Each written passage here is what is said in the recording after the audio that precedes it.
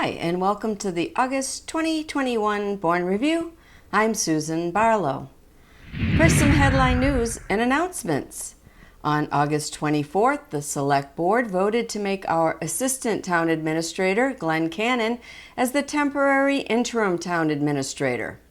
A week later, at the August 31st Select Board meeting, Timothy King was voted interim Town Administrator, while the search goes on for a new permanent Town Administrator to replace Anthony Schiavi.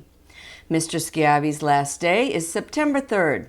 A retirement party was held for him on Friday, September 3rd at the Bourne Community Building.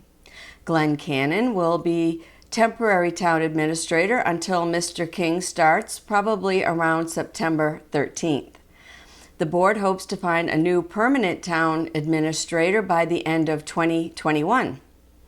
At the August 24th Sewer Commissioners meeting, Galen Skip Barlow, president of the Save the Cape Cod Canal Committee, presented a petition with 935 signatures opposing the proposed plan by the Buzzards Bay Coalition to put 3.5 million gallons and up to 10 million gallons of treated wastewater from the Wareham Treatment Facility into the Cape Cod Canal at the Mass Maritime Academy's outfall pipe. The Wareham Wastewater Treatment Facility is at capacity and desperately seeking to expand to accommodate future development projects. Students return to in-person learning for the 2021 to 2022 school year in Bourne on Wednesday, September 3rd. A temporary statewide mask mandate for all K-12 students, educators, and staff was issued by Education Commissioner Jeffrey Riley. The mandate is in place until October 1st. After October 1st, middle and high schools would be able to remove the mask mandate if 80% of staff and students are fully vaccinated. Those unvaccinated would still be required to wear a face covering when inside the buildings. The mask mandate applies only to children over 5 years old. The FDA has announced full approval of the Pfizer vaccine for people over the age of 16. Pfizer may also receive emergency use approval for children between the ages of 5 and 11 by the end of September. Pfizer was granted emergency approval for children ages 12 to 15 on May 10th. Two of Bourne's most popular events are happening on September 18th. The Cape Cod Canal Day in Buzzards Bay Park will be from 11 a.m. to 6 p.m. Sample awesome food from local food trucks, craft beer and wine, arts and crafts, live entertainment, the Cape Cod Canal Day 5K road race, and a cornhole tournament. Also available is a children's zone section. Admission is free. Also on September 18th from 11 a.m. to 3 p.m., it's Wampanoag Day at the Museums at Uptuxet. This is a very special event celebrating the 100th anniversary of the Bourne Historical Society and the 20th anniversary of the Wampanoag Day at Uptuxet. Thanks to support from the New England Foundation for the Arts, the Bourne Committee for Community Engagement, and the Mashpee Wampanoag Indian Education Department, this year's event will feature expanded activities. At 11:20, there will be a grand entrance of participants. Children and adults can experience hands-on traditional arts and crafts such as corn husk figures, dream catchers, and wampum jewelry making. At 2 p.m., the Wampanoag Nation singers and dancers will perform. Also taking part this year are the Herring Pond Drum, Red Hawk Singers, and Eastern Suns. Native food vendors will be on hand along with the Uptuxet Grill. Mass Maritime Academy's T.S. Kennedy is back in Buzzards Bay after being used by Texas A&M Academy for training purposes. Sandra Vickery, director of the Council on Aging in Bourne for 30 years, passed away. She was a huge proponent in construction of the new community building in Bourne in the early 2000s. Sandy also instituted the very popular day program there. She also co-founded the Bourne Food Pantry in the 90s. She won Director of the Year award in 2002. The moratorium on evictions ended in July. If you need housing assistance, call 508-771-5400 or email the Housing Assistance Corporation at hac@haconcapecod.org or visit their website for an online application. Cape Cod hospitals desperately need blood donations. Appointments are required at all blood drives. To make an appointment, please visit www.capecodhealth.org/give-blood. You can schedule an appointment on their online calendar. Donations made in September will receive a free t-shirt or an Amazon gift card. September 16th at Falmouth Hospital from 10 a.m. to 4 p.m. September 20th at the Clark Haddad American Legion Post in Sandwich.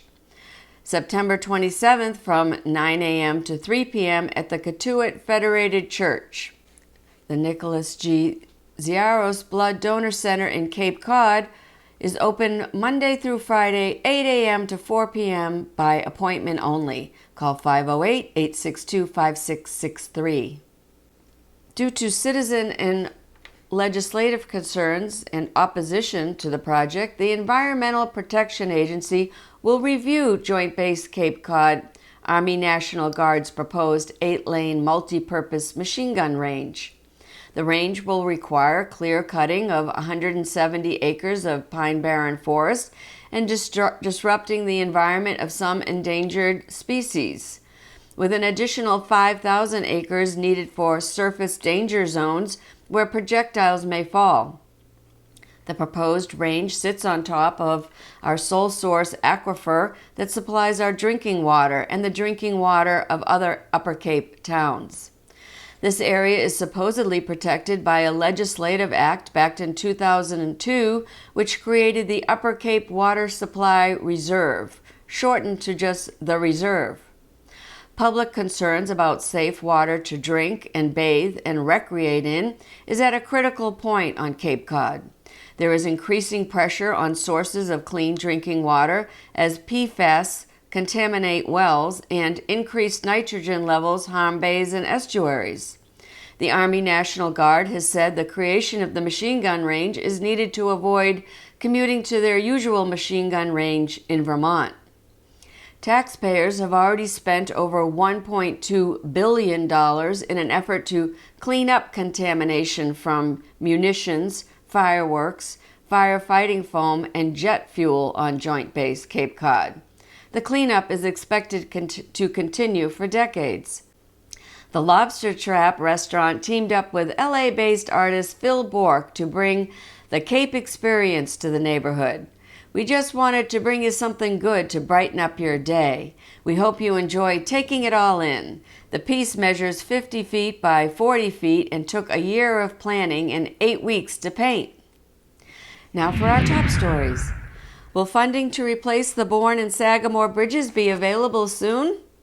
On August 25th, Senator Markey held a press conference at the Sagamore Recreation Area in Bourne, touting the passage in the Senate of the $1.2 trillion bipartisan infrastructure bill.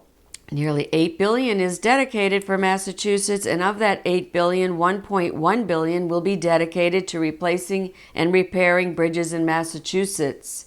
In total, the replacement of the canal bridges is expected to cost $2.2 billion.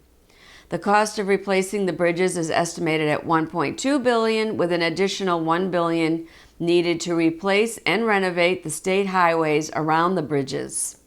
The new bridges would have 4 travel lanes, 2 in each direction, 2 acceleration-deceleration lanes built to modern standards.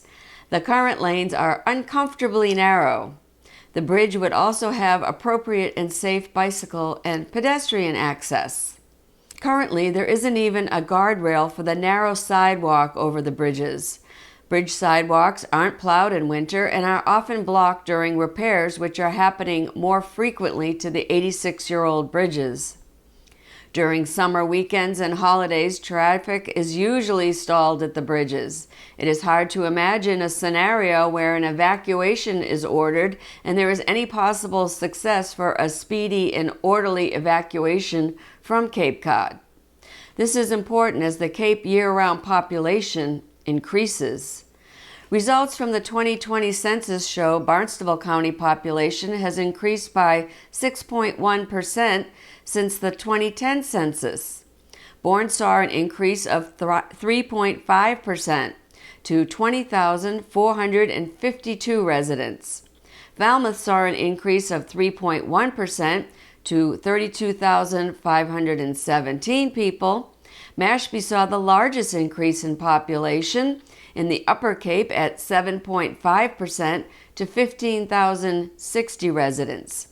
Sandwich saw a decrease in population by 2% to 20,259. There's an increase in diversity on the Cape over the past decade. In 2010, 91.4% of Cape Cod residents identified themselves as white, and in 2020, 85% of residents identified as white.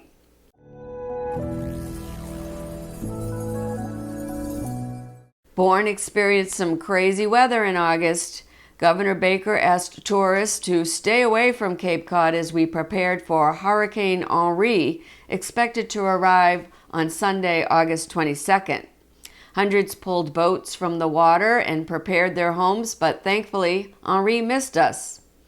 Then on Saturday, a microburst hit Buttermilk Bay and Little Buttermilk Bay.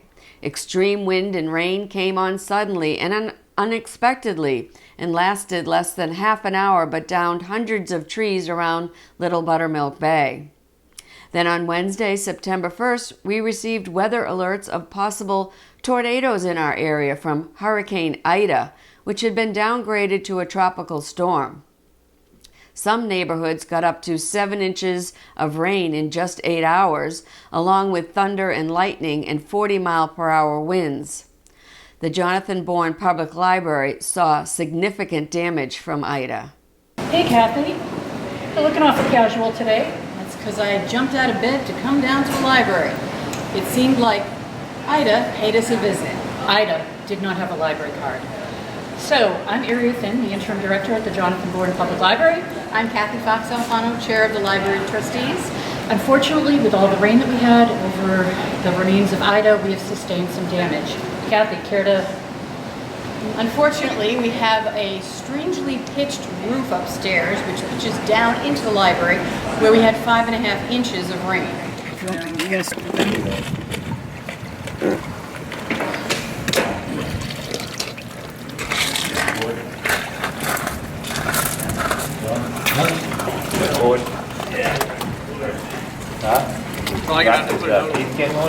Yeah, he should be getting bored. I need a zip tie in the middle. It then came down through the tiles and into our library. So currently, our periodical section, the audiobook section, and part of nonfiction is unavailable. We have ceiling tiles that are coming down. The town is being very helpful. However, the design of the library is working against us here. We also have rain coming in the front, in both the upstairs and downstairs windows. We have buckets full of water. So what can the trustees do about that? We're trying very hard to work with the town to improve the design here, and perhaps, we need a new library. A new library, this Well, is historic. It is, but what we'll do is use the outside structure, the brick that everybody loves. It's been here for 100 years, but on the inside we'll start over because this is a disaster waiting to happen. So short term, what can we tell people? What are we doing? We are working on a CPC grant to get new windows, a new front door, and to fix the roof. What is CPC? It's Community Preservation Committee. Once they approve the application at town meeting in November, we need your vote to approve the funds to help fix the library. How is that different than the town fixing the building? Well, CPC is Community Preservation Act, which you voted on years ago, takes a percentage of your real estate taxes as well as when a house sells, and that money goes to the town. It goes to 4 different departments, but we are looking at the Historic Commission because this is a historic building that desperately needs work. Right now, some of these collections are not going to be available. That doesn't mean you can't get to them. We're just asking patrons to stay out of these areas. We'll get the materials for you. In terms of our periodicals, these are our most recent periodicals that got soaked. So I'm not sure whether we're going to have to remove them from the collection. Water and paper is not a librarian's friend. So if anyone's feeling like they want to donate their current copy to us, we'd love to have it. We're also very concerned with mold because we have now dryers here. The town has brought them in, but mold and books are not a good mix. No, they're not. Some roadways flooded as well, in the Otis, such as the Otis Rotary, the Buzzards Bay Park area, and behind the Cumberland Farms on Main Street and Holt Street. A tornado did touch down in Dennis, causing some property damage, but luckily no one was injured. There were also scattered power outages throughout the Cape. Bourne schools had a 2-hour start delay on the second day of school.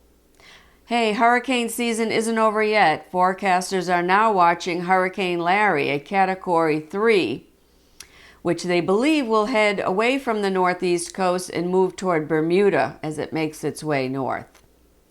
Remember, you can call 211 during a disaster to receive non-emergency information such as shelter locations, disaster assistance programs, or how to even volunteer to help.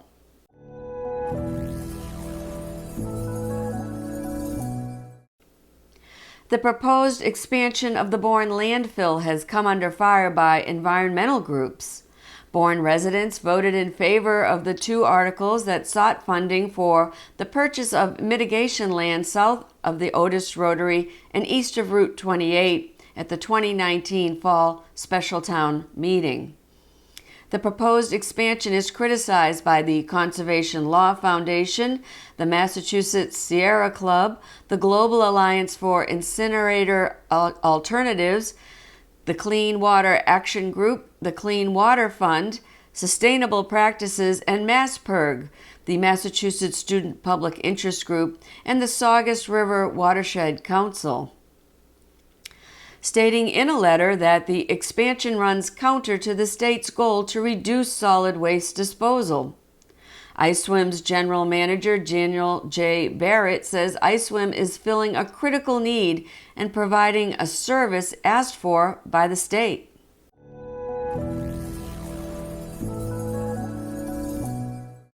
Joint Base Cape Cod is exploring ways to mitigate higher than safe levels of PFAS contaminants found in the wells of Pocasset residents. PFAS is short for per- and polyfluoroalkyl substances, also called forever chemicals, as once they enter the body, they remain in the body. PFAS exposure is linked to liver damage, thyroid disease, decreased fertility, high cholesterol, obesity, hormone suppression, and increased risk of kidney and testicular cancer. In the 1970s, the Air Force began using a foam containing PFAS to control petroleum fires and oil spills from tanker trucks and rollovers such as the ones that occurred at the Otis Rotary in 1997 and 2000. The recommendation to connect several homes to a water main installed by the military to the Bourne Water District. This is thought to be a more permanent and cost-effective solution than supplying bottled water and water filtration devices to the homes affected over the next 15 years. Here's what's happening downtown. At the Bourne Sewer Commissioners meeting on August 24th, it was announced that Bourne's new wastewater treatment facility is operational. The $9.7 million facility is located near Queen Sewell Park and adjacent to the new Bourne Police Station. The facility will allow more development in downtown Buzzards Bay, an incentive growth zone. The facility will increase wastewater capacity by 100,000 gallons per day and was needed to revive Main Street, especially the East End, which had several vacant, crumbling buildings. Bourne received $1.8 million from MassWorks grant program and a grant of $1.1 million from the Cape Cod and Islands Water Protection Fund. Here's an update on COVID-19. Since the pandemic began, the state has had 712,988 confirmed COVID-19 cases. Barnstable County had a total of 15,612 since March of 2020. As of August 31st, 72% of the state's population had received at least one dose, compared to only 62% of the national population. The cumulative percentage of individuals who are fully vaccinated in Barnstable County is 72%. In Martha's Vineyard, it's 90%, and on Nantucket, it's 88%. For those who are eligible to receive the vaccine, 12 years and older, Barnstable County is at 79% vaccinated. Barnstable County, over the last 2 weeks of August, had a positivity rate of 3.09%, while the state's positivity rate is 2.74% for the last 2 weeks in August. On August 21st, former President Donald J. Trump was booed at a rally he held in Cullman, Alabama. Alabama is one of several really hard-hit states with COVID-19 cases and hospitalizations due to a resistance against the COVID vaccine and the fast-spreading Delta variant. He was booed by attendees when he said, "I believe totally in your freedoms. I do, you're free. You got to do what you have to do, but I recommend taking the vaccines. I did it. It's good. Take the vaccines." There are some concerns about breakthrough cases and the need for a booster shot. Breakthrough cases refer to someone who is fully vaccinated contracting the coronavirus. Massachusetts reports 3,704 new breakthrough COVID-19 cases in 4.48 million vaccinated individuals. This is about 0.43%, so less than 0.5%. A tiny percentage. Who needs an additional booster COVID-19 vaccination? Currently, the CDC is recommending that moderately and severely immunocompromised people receive an additional dose. This includes people who have been receiving cancer treatments, receiving an organ transplant and medicine to suppress their immune systems, have received stem cell transplant within the past 2 years, again taking medicine to suppress their immune system, moderate or severe primary immunodeficiency, those who have advanced or untreated HIV infection, and those with active treatment with high-dose corticosteroids or other drugs that may suppress your immune system. People should ask their healthcare provider about their medical condition and whether getting an additional dose is appropriate for them. Health and Human Services says they've developed a plan to begin offering the booster shots this fall, subject to the FDA conducting an independent evaluation and determination of the safety and effectiveness of a third dose of Pfizer and Moderna vaccines. They are prepared to offer booster shots for all Americans beginning the week of September 20th and starting 8 months after an individual's second dose. At that time, the individuals who were fully vaccinated earliest in the rollout, such as healthcare providers, nursing home residents, and other seniors, will be likely eligible for a booster. They would begin efforts to deliver booster shots directly to residents of long-term care facilities at that time. Do you need a COVID vaccination? A vaccine clinic is held every Thursday from 10 a.m. to 2 p.m. at the Harbor View Conference Room in the old jail building at the top of the county complex. Barnstable County has free COVID testing on Sundays and Thursdays from 4 to 6 p.m. at the Barnstable County Fairgrounds in Falmouth. You can schedule an appointment online at barnstablecountyhealth.org. Here's an update on services. Beginning September 7th, the Residential Recycling Center will return to its Labor Day through Memorial Day schedule of 6 days a week, 7 a.m. to 3 p.m., closed on Tuesdays. The Council on Aging is once again offering in-person exercise programs. The Council on Aging offers a slew of programs on Wednesdays known as Wellness Wednesdays, including a coffee talk, a walk, chair yoga, and meditation, all located at the Bourne Community Building. Need some prepared meals? Order meals at the Council on Aging by noon on Friday for pickup the following Thursday. A list of meal options is available on their website or find them on Facebook. On Wednesday, September 29th, the Council on Aging will hold the program Nutrition for Healthy Aging with Emily Pachetti. On Thursday, September 30th at 10:30 a.m., the Council on Aging presents Learn How to Make Pickles with Dave Wheeler of Therapy Gardens. Call 508-759-0600, extension 5300 to register. A new drum circle activity will be held on September 15th and October 20th. Call Sherry Best to register, 508-759-0600, extension 5230. A mobile dental clinic is available for seniors on Tuesday, September 8th and October 26th. Call 508-827-6725 to schedule your appointment. Open enrollment for Medicare is October 15th through December 7th. Make an appointment with a state-certified Shine counselor to help you understand healthcare coverage, review cost increases, and find out what's new in Medicare. Call the Council on Aging, 508-759-0600, extension 5300, for an appointment on Wednesday or Fridays from 1 to 3 p.m. A bereavement support group for those who have lost a loved one will begin on September 14th and run for 8 sessions on the second and fourth Tuesdays of each month from 9:30 a.m. to 11 a.m. Pre-registration is required.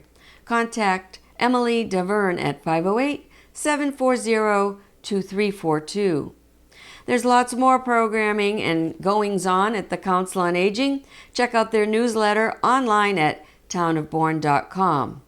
Click on the Council on Aging department and then select Newsletter from the menu on the left. Here's what's happening at the library. Fran Bogdan, Maureen Bean, and Susan Dow participated in the Painted Ladies Art Show at the library on August 12th. Curbside pickup is still available at the library. Here are some beautiful photos by area photographers showing the beauty that surrounds us.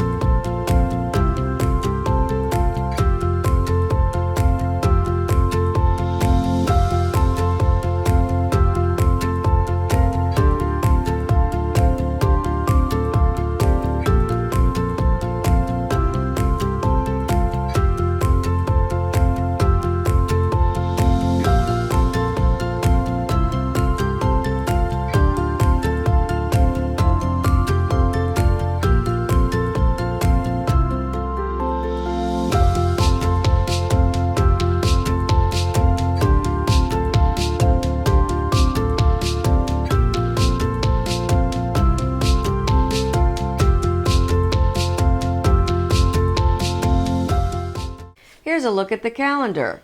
Remember, Cape Cod Canal Day in Buzzards Bay Park, September 18th, 11 a.m. to 6 p.m., and Wampanoag Day, also September 18th, at Uptuxet from 11 a.m. to 3 p.m. The Bourne Library is having its fall book sale. Book donations will be accepted Saturday, October 2nd, 9 a.m. to noon, and Sunday, October 3rd, 1 p.m. to 3 p.m. The book sale will be held on Saturday, October 9th, 10 a.m. to 3 p.m. The rain date is Sunday, October 10th. A bake sale for the library will be held during the book sale. King Richard's Fair is back 10:30 a.m. to 6 p.m. Saturdays and Sundays from September 4th to October 24th, plus the Labor Day and Columbus Day Monday holidays. It's located at 235 Main Street in Carver. For more information, visit kingrichardsfair.net. Well, thanks so much for watching this episode of the Bourne Review, and I'll see you next time.